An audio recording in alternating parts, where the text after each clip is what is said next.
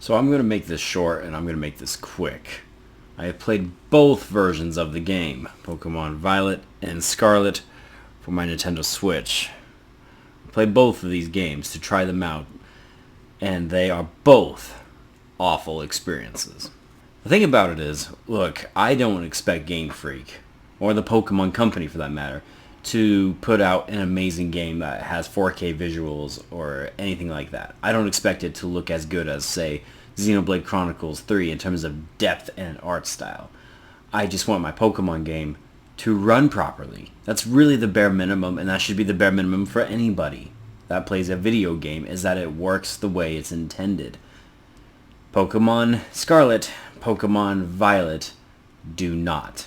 Even worse is, from what I've tried from trying both versions of the game, they have different issues. The same issues at different times, but they have different issues. It doesn't matter if it's frame rates dropping and people look like they're just like skipping through. It doesn't matter if there's clipping galore, your shadow's not rendering properly, the lighting is just awful at times. I mean, there's so many technical issues with this game that I am baffled that anybody could even justify giving this game an 8 or a 9 or even a 10 out of 10 in terms of reviews. I mean, this is the bare minimum, and if they can't do the bare minimum, I'm sorry, it's just not a good game. And I understand that it's going to get better, that they're going to iron out these things. Technical issues can be fixed. They will be able to do that. But you shouldn't have to spend $60 on a new game and then have to wait for these issues to be ironed out, especially in a game that isn't always online. You don't have to be online. You can play this entire game without going online. It's not like a Call of Duty game where you expect there to be day one issues because so many people are playing the game. These are all things that could have been fixed and should have been fixed before this game was released.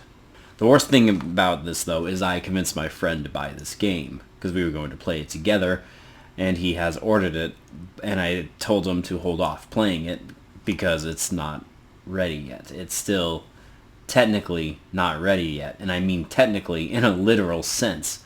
I got 2 copies because I wanted to play this game with my wife, and then all 3 of us were going to play online multiplayer together. We were going to go and try to experience this game together or separately. You know, I'll play it online with my wife occasionally, play it online with my friend occasionally, and I have to now not. I am no longer going to be able to do that because it's too much of a hassle and it's too much of an eyesore to play this game right now. My friends were asking me about it on Snapchat, and we were talking about this game, and I was willing to test it out, and I was willing to forgive it of some of like the clipping errors and things that people were reporting, but there's just too much. It is overwhelmingly bad in a technical aspect that I can't recommend this game for anybody. And I know a lot of people are discussing, like, is this a Switch hardware issue? Is this a Game Freak issue? It's a Game Freak issue. Okay, let's get this straight. The problems that this game has is not because of the Nintendo Switch hardware. This game should absolutely be able to run on Nintendo Switch easily. It's not trying to break the bank. It is not a graphically intense game. This is Pokemon we're talking here. This is the type of thing you don't do to your fans because this is the sort of thing that's going to help you lose money, and here's the perfect example. Like I said, I was talking to my friends. They were all interested in buying this game. They asked me if they should buy this game, and I told them not to. And that's 1, 2, 3, possibly 4 people now that aren't buying this game.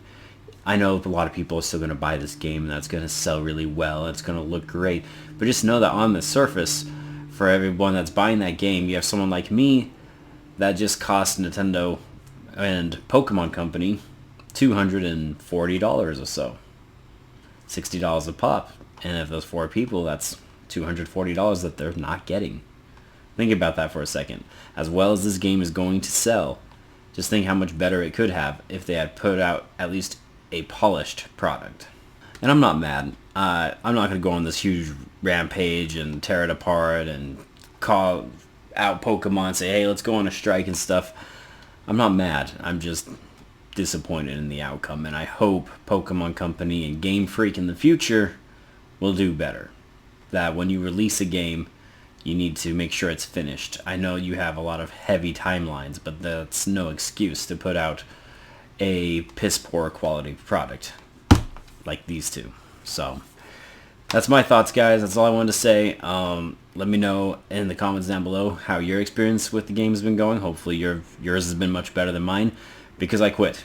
I'm done playing this game until they can iron out some of these bugs and technical problems, because it's too much. There's too many of them that I've experienced that I am throwing in the towel. Hopefully next time will be better.